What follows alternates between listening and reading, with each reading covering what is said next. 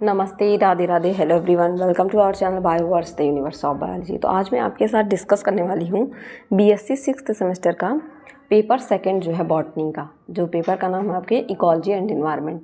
ये पेपर जो है रिटन फॉर्म में पूछा गया है इसी ईयर 2024 में, जैसा कि आप देख सकते होंगे VBSPU यूनिवर्सिटी में। ठीक है, इस यूनिवर्सिटी में एग्ज़ाम्स आपके रिटर्न हुए हैं। ठीक है, तो ये पेपर पूछा गया है। इस पेपर को हम डिस्कस करेंगे कि किस तरीके के क्वेश्चन पूछे गए आपके, तो ये दोनों के लिए हेल्पफुल होगा, चाहे आप रिटर्न एग्ज़ाम दे रहे हो या फिर आप MCQ बेस्ड, तो आपको आइडिया लग जाएगा कि कहाँ से क्वेश्चन बन रहे हैं। ठीक है, चलिए देखते हैं। 2 आवर का क्वेश्चन था, पेपर था 75 मार्क्स का। जो पहला टॉपिक है उसमें आपके सारे क्वेश्चन करने हैं।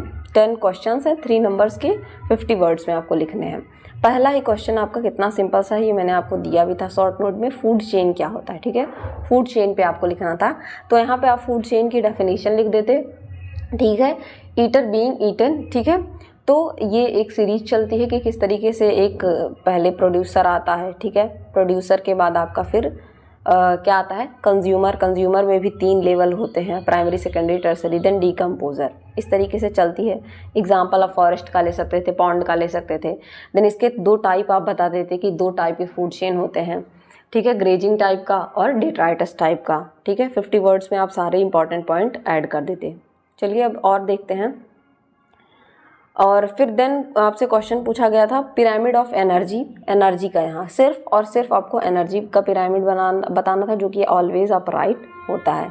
ठीक है, मुल्चिंग का प्रोसेस क्या होता है। Then eco type. Eco type को भी मैंने आपको बताया था कि इको टाइप क्या होता है, इससे आपका क्वेश्चन पूछा गया। झूम कल्टीवेशन क्या है? ठीक है, झूम कल्टीवेशन एक केस स्टडी थी जो हमारे इंडिया में देखी गई थी, उसको बारे में। गंगा एक्शन प्लान देखिए, मैंने ये भी आपको दिया था, गंगा एक्शन प्लान से क्वेश्चन पूछा है।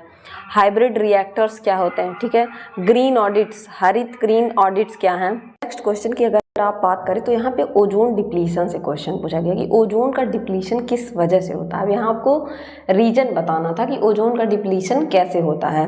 लाइक जो पोल्यूशन होता है उसकी वजह से, जो CFC कार्बन्स रिलीज होते हैं उनकी वजह से।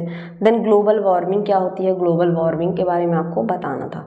तो सेक्शन ए में यही आपको 10 क्वेश्चन करने थे। पर क्वेश्चन आपको 50 वर्ड्स मतलब हाफ एंड पेज लिखना था, और उसमें आपको इम्पॉर्टेंट चीज़ें ऐड करनी थी। सेक्शन बी की अगर मैं बात करूं तो इसमें आपको 3 क्वेश्चंस, ठीक है, अटेम्प्ट करने हैं 200 वर्ड्स में। ठीक है, क्वेश्चन का क्राइटेरिया ये है यहाँ पे। ठीक, अब पहले क्वेश्चन की अगर मैं बात करूं तो पहला क्वेश्चन बोल रहा है कि write a short note of Y shaped model of energy flow in an ecosystem.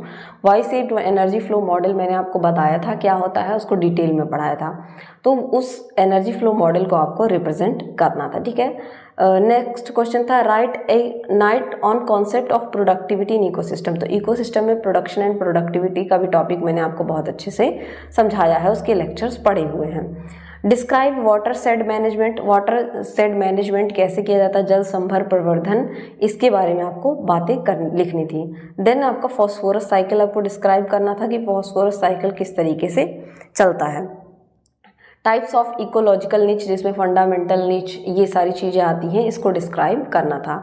Short note लिखना था कार्बन सीक्वेस्ट्रेशन और उसके इम्पॉर्टेंस पे। ठीक है, नेक्स्ट क्वेश्चन आपका पूछा था कि write a short note on cause and control of water pollution. Water pollution कैसे होता है और इन्वायरमेंट में उसको आप कंट्रोल कैसे करते हैं, ये आपको लिखना था। ठीक है, नेक्स्ट क्वेश्चन पूछा गया था कि comment on strategies on sustainable development. ठीक है, सतत विकास जो कॉन्टिन्यूस डेवलपमेंट हो रहा है, उसके जो सस्टेनेबल स्ट्रेटजीज आप क्या बना रहे हैं उसके लिए, उसके ऊपर आपको बातें करनी थी। ठीक है, तो 3 क्वेश्चन करना था आराम से इसमें। अगर आपने सिर्फ इकोलॉजी पढ़ा होता, ठीक है, अगर आप सिर्फ इकोलॉजी पढ़ के गए होते, ये क्वेश्चन इकोलॉजी का है, ये क्वेश्चन इकोलॉजी का है। ठीक है, देन आपका ये वाला क्वेश्चन इकोलॉजी का है, ये क्वेश्चन इकोलॉजी का है। ये अगर पढ़ के आप गए होते तो सिर्फ इकोलॉजी वाले पार्ट से आपका पेपर पूरी तरीके से सॉल्व हो जाता। नेक्स्ट पार्ट, अगर मैं पार्ट 3 की बात करूं, सेक्शन सी की लॉन्ग आंसर टाइप क्वेश्चन लिखना है।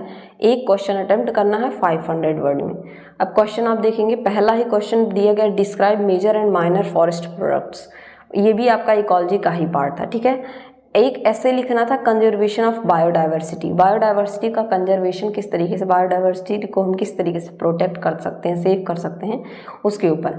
नेक्स्ट क्वेश्चन आपका पॉन्ड इकोसिस्टम से स्ट्रक्चर और फंक्शन पॉन्ड इकोसिस्टम का। पॉन्ड इकोसिस्टम में बायोटिक कंपोनेंट, ठीक है, जिसमें आपके बायोटिक में प्रोड्यूसर, कंज्यूमर, डिकम्पोजर आ जाएंगे। एबायोटिक कंपोनेंट उसके पूरे बताने थे कि किस तरीके से वाटर बॉडी, सनलाइट, किस तरीके से सारी चीज़ें जितने भी एबायोटिक कंपोनेंट हैं उनका यूज़।